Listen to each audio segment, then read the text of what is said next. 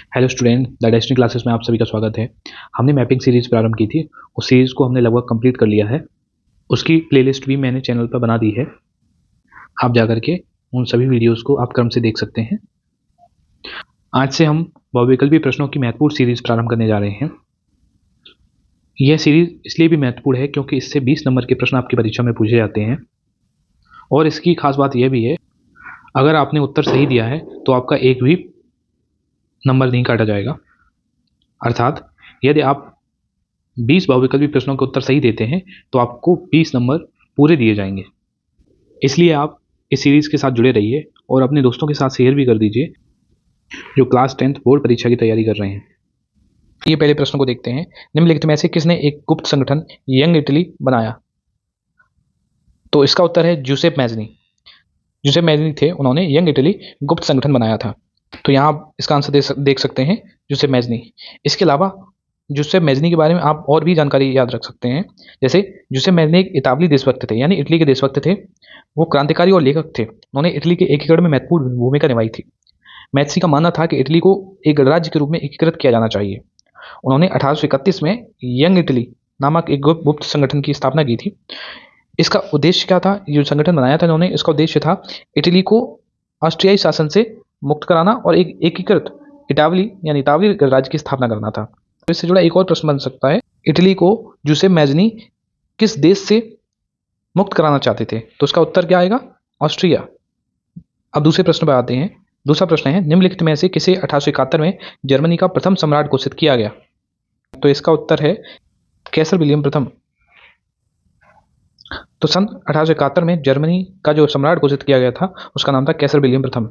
इसके अतिरिक्त मैं आपको जानकारी दूं कि जर्मनी छोटे छोटे राज्यों में विभाजित था। छोटे छोटे राज्यों को मिलाकर एक राष्ट्र बनाने की प्रक्रिया को ही जर्मनी का एकीकरण कहा गया।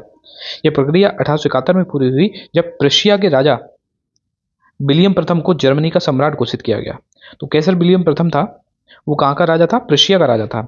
विलियम प्रथम जो था वो एक कुशल शासक और सैन्य नेता था।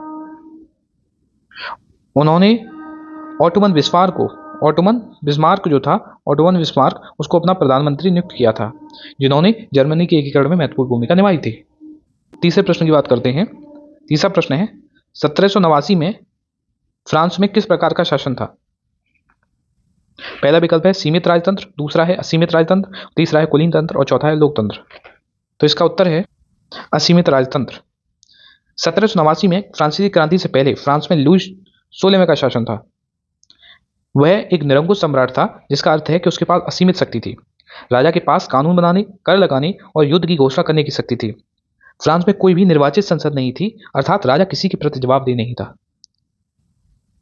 अगला पांचवा प्रश्न है, ब्रिटेन में कॉर्न लॉ या कॉर्न कानून समाप्त करने का क्या कारण था? तो पहला विकल्प है जनसंख्या में वृद्धि, दूसरा विकल्प है कृषि उत्पादों में अधिकता, तीसरा है कॉर्न आयात पर नियंत्रण और चौथा है उद्योगपतियों एवं शहरी लोगों का विरोध। तो इसका उत्तर है ऑप्शन नंबर डी, उद्योगपतियों एवं शहरी लोगों का विरोध। कॉर्न कानून अनाज के आयात पर लगाए गए कर थे। कॉर्न कानून जो बनाए गए थे वो अनाज के आयात पर लगाए गए कर थे। यानी ये था, दरअसल मक्का को ब्रिटेन में विदेशों से आयात किया जाता था। इस वजह से यहाँ के जो किसान थे वो विदेशी मक्के से प्रतिस्पर्धा नहीं कर पा रहे थे। तो इस कानून का उद्देश्य था ब्रिटिश किसानों को विदेशी प्रतिस्पर्धा से बचाना था। लेकिन इन कानूनों के कारण क्या हुआ? अनाज की कीमतें बढ़ गई, जिससे आम लोगों को, खासकर शहरी गरीबों को परेशानी हुई। अर्थात ये हुआ कि जब इस आयात पर प्रतिबंध लगा दिए गए तो बाजार में अनाज की आपूर्ति कम हो गई। आपूर्ति कम होने से अनाज की कीमतें बढ़ गई और अनाज की कीमतें बढ़ने से आम लोगों को और खासकर शहरी लोगों को या शहरी गरीबों को बहुत ज़्यादा परेशानी होने लगी।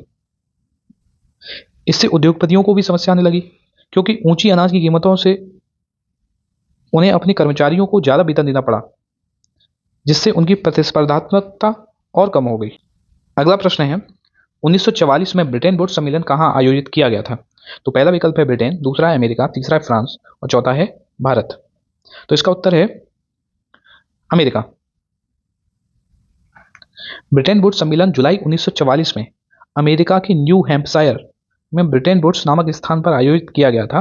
यह सम्मेलन द्वितीय विश्व युद्ध के अंत में आयोजित किया गया था और द्वितीय विश्व युद्ध कब हुआ था? 1939 से प्रारंभ हुआ था, 1945 में जाकर खत्म हुआ था। इसका उद्देश्य था युद्ध के बाद की वैश्विक अर्थव्यवस्था के लिए एक नया वित्तीय ढांचा स्थापित करना था। इस सम्मेलन में 44 देशों के प्रतिनिधियों ने भाग लिया था। इस सम्मेलन में ही दो बड़ी संस्थाओं का निर्माण हुआ था, एक है अंतर्राष्ट्रीय मुद्रा कोष और दूसरी है विश्व बैंक। इन्हें ब्रेटन वुड्स की दो जुड़वा बहनें भी कहा जाता है। अगर ये प्रश्न आता है ब्रेटन वुड्स की जुड़वा बहनें किसे कहा जाता है, तो एक है अंतर्राष्ट्रीय मुद्रा कोष और दूसरा है विश्व बैंक।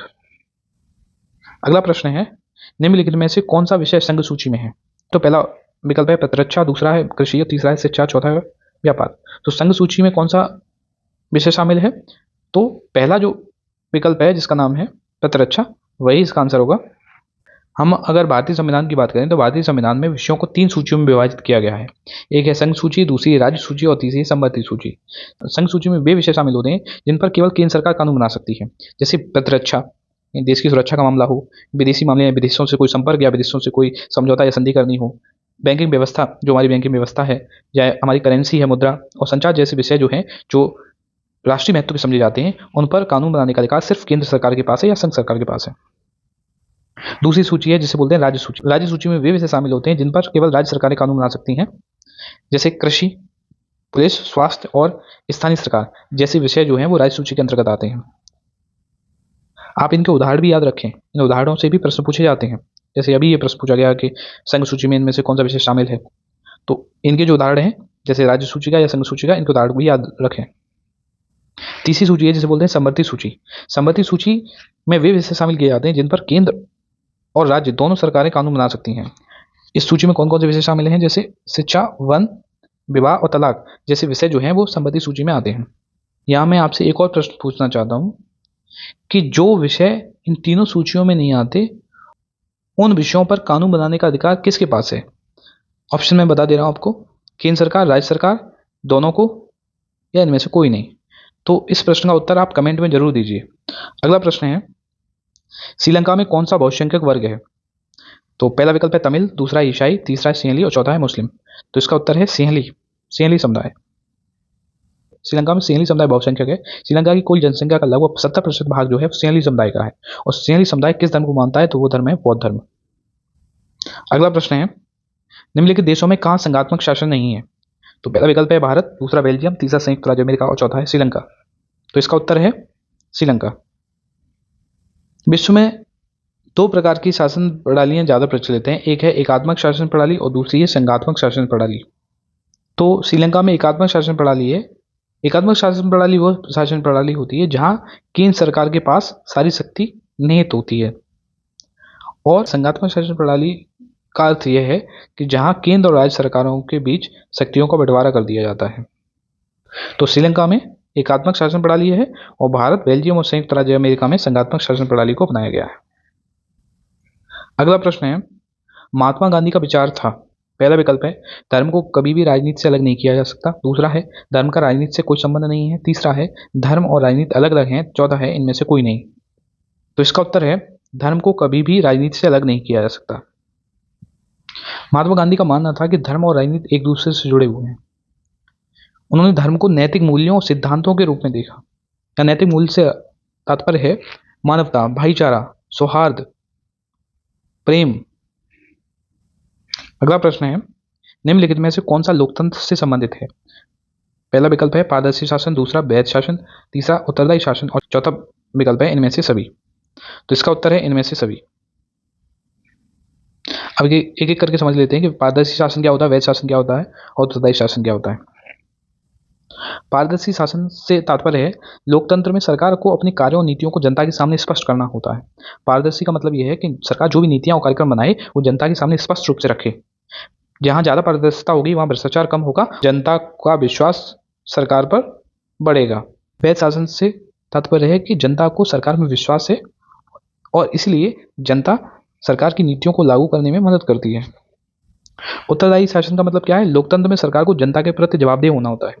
जनता को सरकार से सवाल पूछने और उसकी नीतियों पर प्रतिक्रिया देने का अधिकार होता है। यह जवाबदेही सरकार को जनता की जरूरतों को पूरा करने के लिए प्रेरित करती है। अगला प्रश्न है, निम्नलिखित में से किस राज्य में सीढ़ीदार या सोपानी खेती की जाती है? तो पहला विकल्प है हरियाणा, दूसरा है पंजाब, तीसरा है उत्तराखंड और चौथा है उत्तर प्रदेश के मैदान। तो इसका उत्तर है सी, उत्तराखंड। आइए समझ लेते हैं। पहाड़ी क्षेत्रों में जहाँ समतल भूमि की कमी होती है वहाँ सीढ़ीदार खेती की जाती है। सीढ़ीदार खेती में ढलान वाली भूमि पर सीढ़ियों के आकार के खेत बनाए जाते हैं। यह तकनीक मिट्टी के कटाव को रोकने और पानी को संरक्षित करने में मदद करती है। उत्तराखंड एक पहाड़ी राज्य है, इसलिए उत्तराखंड में सीढ़ीदार खेती व्यापक रूप से की जाती है। तो इस तरह से हमने कुछ महत्वपूर्ण और वैकल्पिक प्रश्नों को डिस्कस किया। काउंटिंग ना करें कि ये 10 से 11 ही प्रश्न हैं। इसके अलावा मैंने इसमें जो जानकारी आपको दी है ये बहुत ही इंपॉर्टेंट है। मैं आशा करता हूँ ये वीडियो आपको पसंद आई होगी।